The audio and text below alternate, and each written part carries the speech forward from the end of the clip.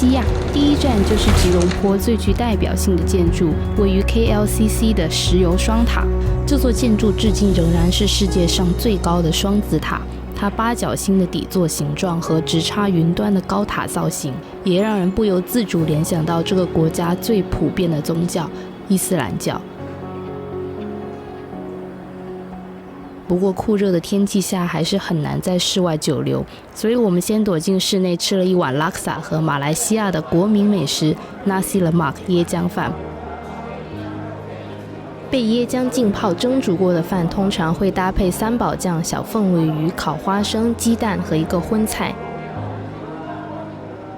后来我们还在很多家不同的店尝过这道菜，如果感兴趣的话，可以看看接下来我们最喜欢的会是哪一家。逛了一圈后走出来，外面又下起了阵雨。马来西亚估计是只有分雨季和超大雨季，但是雨中的双子塔好像还显得更有美丽了。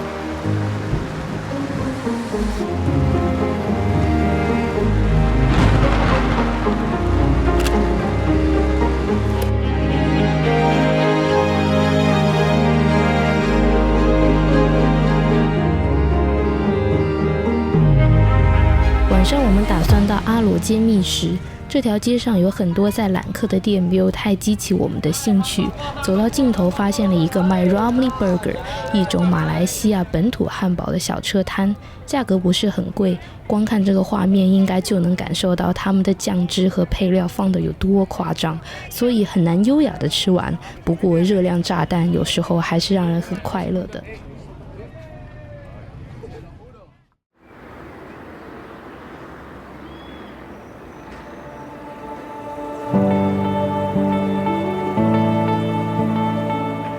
第二天，我们来到了吉隆坡的独立广场，就在这座带有古典风格的苏丹阿都沙漠大厦背后，可以看到这座带有锋利切面的马来西亚最高楼，也是世界第2高楼莫迪卡118。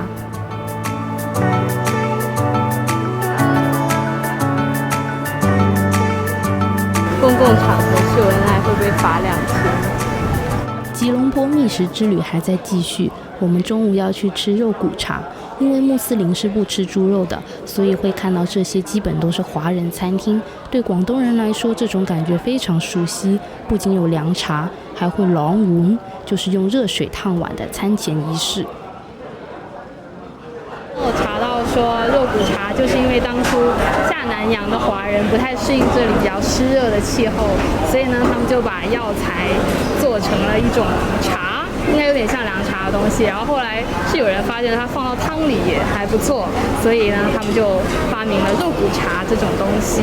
因此肉骨茶的汤底既有肉的醇香，又有草药的清香，炖得好的猪肉软嫩脱骨，这样一道温和滋补的美食，在酷暑天吃起来也不会负担很重。这家店下午2点关门，所以别忘了早一点去。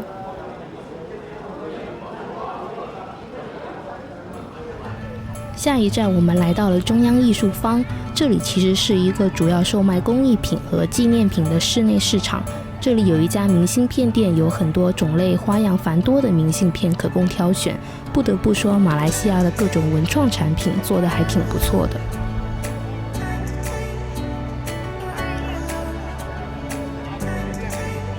又到了每次都给朋友寄明信片的环节。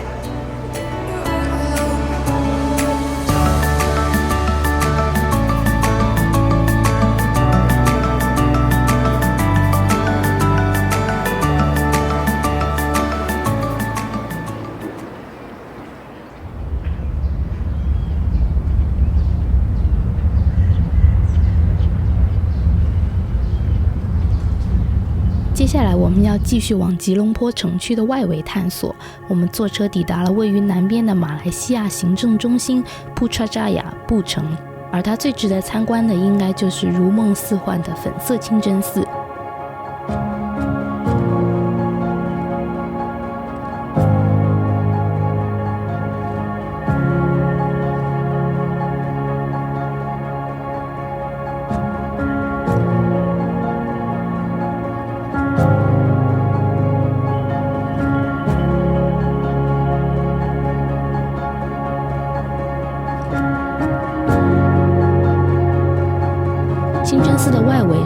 色的大理石，里面的面积虽然不大，但足够精致。这其实是我们第一次参观清真寺，还遇到了一位友善的志愿者，介绍了一些基本知识。比如与寺庙和教堂不同，清真寺中都不会有神的形象，而主要装饰以阿拉伯花纹和古兰经经文。基本所有清真寺礼拜的方向都是朝向麦加。水也在伊斯兰文明中有很重要的意义，所以可以看到马来西亚很多的清真寺都是临水而建。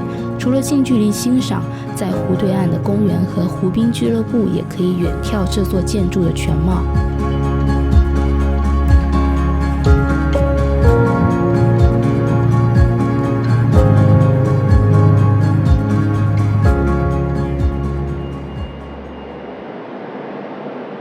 中午我们决定要去吃麦当劳。一般在异国他乡，麦当劳好像都是给吃不惯本地菜的人的权宜之选。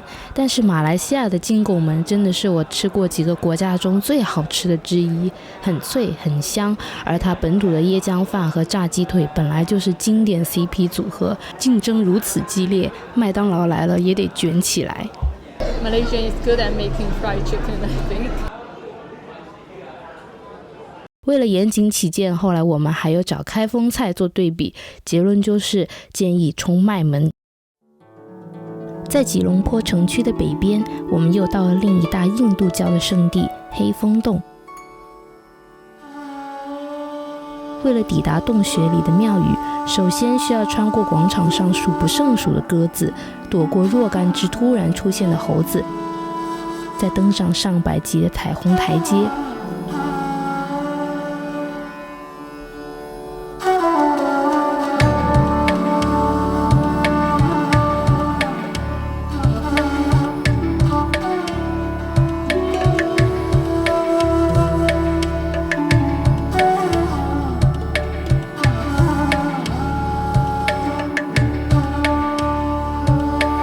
走进这个天然形成的石灰岩溶洞里，还能感觉到洞顶不断滴落下来的水滴，也是人文与自然交集的奇特景观。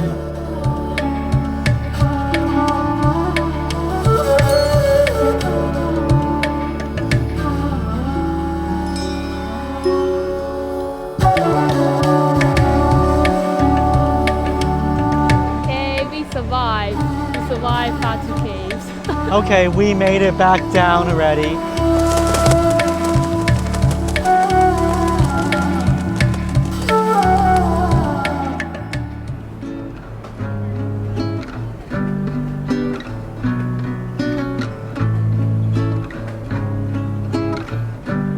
This reminds me, I probably need to get a haircut soon. 回到了唐人街区，我们打算去尝试一下最有名的餐厅之一——和酒茶店。据说这里生意旺的时候要排队很久，不过我们当年很幸运，只等了10分钟左右。我觉得比较惊艳我的是这个夹了黄油的烤咖椰吐司，咖椰酱本身已经很好吃了，加上黄油，口感更加香滑的锦上添花。好甜口的可以尝试一下这杯 Cham， 里面加了咖啡、茶、炼乳、淡奶糖，个人觉得比港式的鸳鸯还要更甜。我们另外还点了咖喱鸡面和鸡丝河粉，鸡丝河粉的汤底是带虾的味道，有点意料之外的神奇。咖喱酱汁很浓郁，但我们觉得配饭可能会更好吃。总体来说无功无过。吉隆坡的南洋茶室很多，我们后来还去了另一家连锁的华阳，出品也还不错。这些茶室的氛围和香港的茶餐厅也很像，只不过在这里供应的是经典的大马本土美食。华阳的蛋挞看着就很诱人，如果路过的话可以顺带尝尝。为了觅食，我们又开始探索吉隆坡西边的宝藏区域 Petaling Jaya。首先又是一家很红的 Nasi Lemak 店。这家店受欢迎到不仅外面站满了外卖小哥，里面大家也是围坐在逼仄的小桌子之间。但是吃了一口，我就只想赞叹一声绝！鸡肉本身已经很香脆，外面还铺满了更加酥脆的面包糠，整道菜的味道和口感调和的都恰到好处，我愿称之为此行最喜欢的 Nasi Lemak。当然，如果还有更好吃的店，欢迎去过或者住在吉隆坡的朋友们一定要留言告诉我。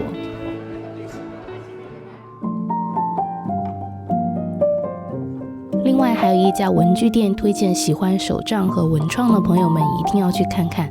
我悠远称之为这是我在东南亚旅行中最喜欢的文具店。走进店里就能感受到马来西亚深厚又亲切的手账氛围，琳琅满目的来自世界各地的文具品牌和美丽精致的诸多本土印章。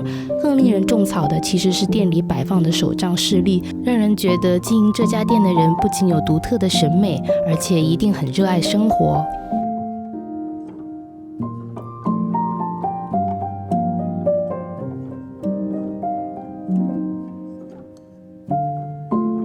仔细留意还会发现，这其实是个暗藏猫猫主题的店。可惜当天我们没遇到猫猫店员出来营业，不过处处都能发现他们的周边。就是这么一家可爱的店，很难空手出来。离开前也别忘了找店员盖一个限定的印章。购物完后，我们要去品尝这里的水果之王——榴莲。SS2 这一带聚集了很多这样的榴莲档口，我们不是榴莲专家，也没有赶在榴莲的旺季，就挑了一个没有尝过的 XO 榴莲。榴莲肉真的有点淡淡的酒香，感觉和泰国的榴莲相比，马来西亚的榴莲核会更大，但是品种选择也会更多，以比国内相对更低的价格吃一整个新鲜的榴莲还是挺满足的。 Okay, now it's a party. We got my favorite fruit, coconut, and Rika's favorite fruit, durian. It's not bad at all. How can durian be bad? I don't know. The most delicious fruit in the world. Oh, come on, that's not true. Coconut is the most delicious fruit in the world.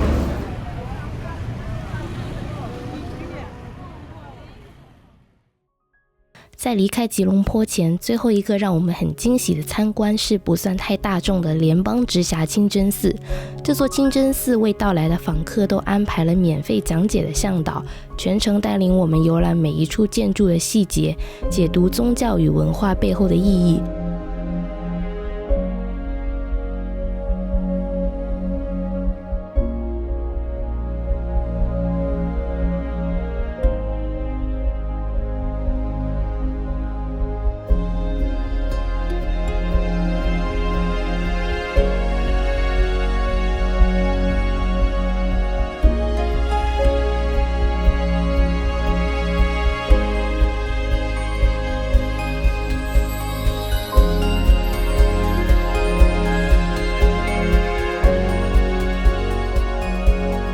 我们正好还碰到一个祷告的时段，在不影响仪式的情况下，游客也被允许留在祷告大厅内。